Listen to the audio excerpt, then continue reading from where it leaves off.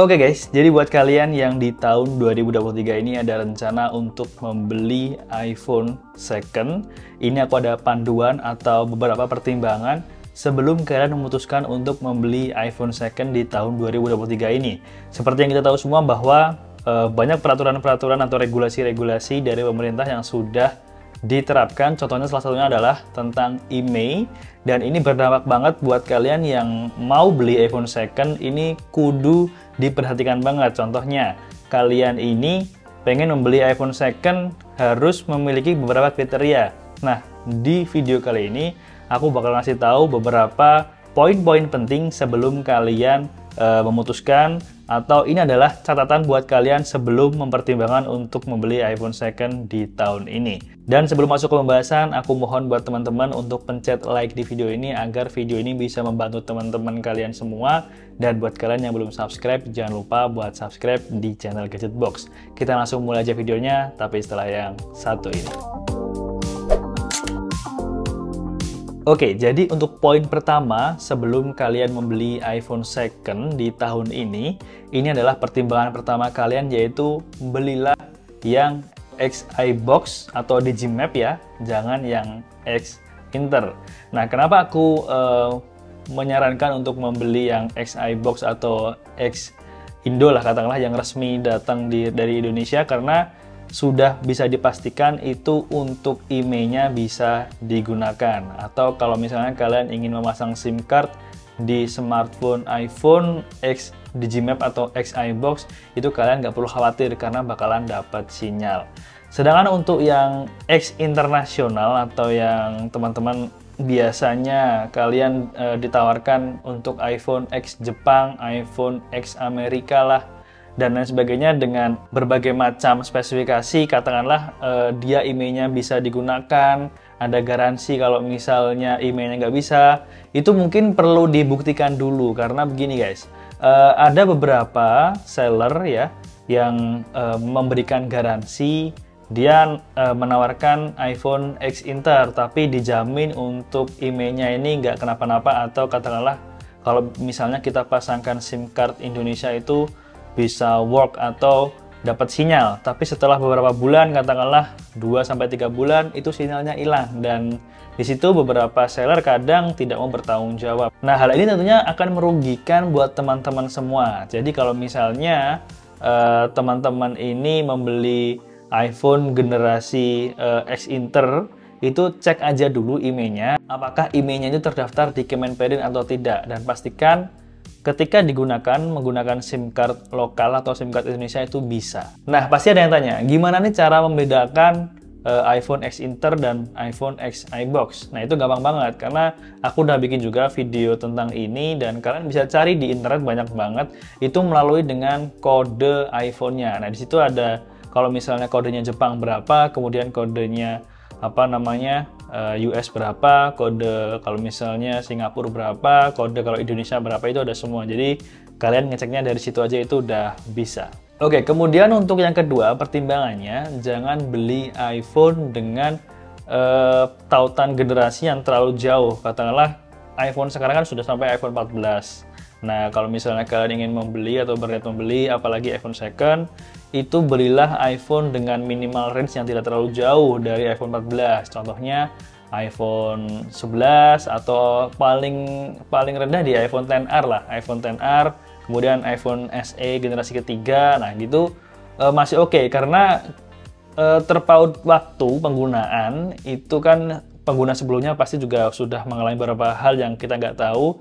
Tentunya ini akan memberikan efek ke baterai health dari si iPhone tersebut. Nah, kalau misalnya kita membeli iPhone second, terus ternyata itu penggunaan sudah lama banget, katakanlah 5 tahun gitu kan, itu tentunya untuk baterai health-nya itu juga pasti sudah turun banget dibandingkan pas pertama rilis. Nah, kenapa aku menyarankan kalau misalnya beli iPhone tuh ya minimal di iPhone yang XR, kemudian SE generasi ketiga, iPhone 11, iPhone 12. Ini karena dia ini ketika iPhone 14 rilis itu nggak terlalu jauh. Jadi penggunaannya ya nggak lama-lama banget, itu masih tergolong oke untuk kualitas HP-nya. Nah, terkait baterai health sendiri tentunya kalian sudah paham lah kalau misalnya kalian beli HP second terus baterai health-nya itu masih 100%, apalagi yang HP-nya itu udah rilis beberapa tahun belakangan, itu patut dicurigai karena aku sepengalaman menggunakan iPhone 11, iPhone 12, iPhone 14, itu kalau misalnya kita pakai dalam kurun waktu setahun aja, itu pasti turun untuk baterai health-nya. Jadi kalau misalnya kalian beli iPhone XR yang notabene sudah dibeli katakanlah 3 tahun belakangan, terus baterai health-nya masih 100%, itu patut ditanyakan. Kalau misalnya kalian masih ragu, kalian bisa cek dengan software itu ada Tri Auto Tools, atau kalian bisa bawa teman kalian yang sudah expert di bidang iPhone sebelum kalian membeli untuk mengecek dulu kualitas dari iPhone yang ingin kalian beli. Kemudian yang ketiga adalah kalau misalnya kalian ingin membeli iPhone second, kalau bisa itu belilah yang masih garansi. Gimana nih kalau misalnya kalian beli iPhone second tapi masih garansi? Jadi gini, kalau misalnya kalian ini pengen beli iPhone second ya, karena kalau melihat iPhone baru itu kan harganya mahal. Katakanlah iPhone 13. iPhone 13 itu kan rilis tahun lalu.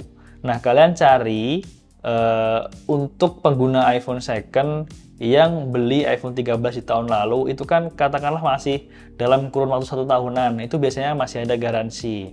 Kenapa? Karena itu untuk security aja. Jadi kalau misalnya ada apa-apa di kemudian hari yang kita nggak tahu, itu masih bisa diklaim. Dan tentunya harga dari iPhone 13 baru itu akan selisih dibandingkan kalau kalian beli iPhone second, iPhone 13 juga yang masih ada garansinya. Ya untung-untung dikit lah kalau misalnya kita lihat bisa di range 1-2 jutaan gitu kan, bisa buat hal lain yang cukup penting.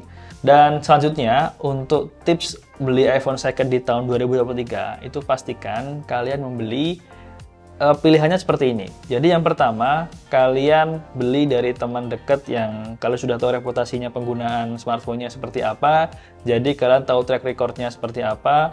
Atau kalau misalnya yang pertama ini nggak bisa, yang kedua adalah kalian cari seller yang memang udah reputasinya bagus di bidang penjualan iPhone second misalnya.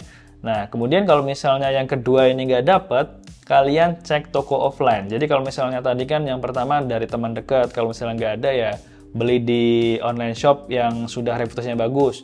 Kalau enggak ya kalian cek di toko offline, tapi dengan catatan kalian ajak teman kalian. Jadi jangan satu orang. Jadi kalau misalnya kalian pengen ngecek kan bisa dicek berdua, itu akan lebih bagus. Dan ya, beberapa pertimbangan tadi mungkin dari teman-teman ada masukan untuk membeli iPhone second di tahun 2023 itu seperti apa. Kalian bisa langsung komen aja di video ini, karena tentunya ini akan membantu banget buat orang-orang yang memang di tahun ini ada rencana untuk beli iPhone second. Dan ya, kalau misalnya banyak komen, kemudian banyak saran dan masukan, tentunya akan memudahkan kita juga buat teman-teman yang sedang nyari iPhone agar ya dananya itu bisa dimaksimalkan gitu. Jangan sampai kita sudah nabung buat beli iPhone mahal-mahal, iPhone second lagi kan, tapi ternyata barang yang kita dapat tidak sesuai dengan ekspektasi kita. Ya jangan sampai. Ya semoga video ini bisa membantu, dan kalau misalnya terbantu dengan video ini, jangan lupa klik like di video ini dan share ke teman-teman kalian semua. Mungkin segini dulu untuk video saran dan masukan atau beberapa pertimbangan sebelum membeli iPhone second di tahun 2023. Saya Galang pamit undur diri dan sampai bertemu di video review selanjutnya.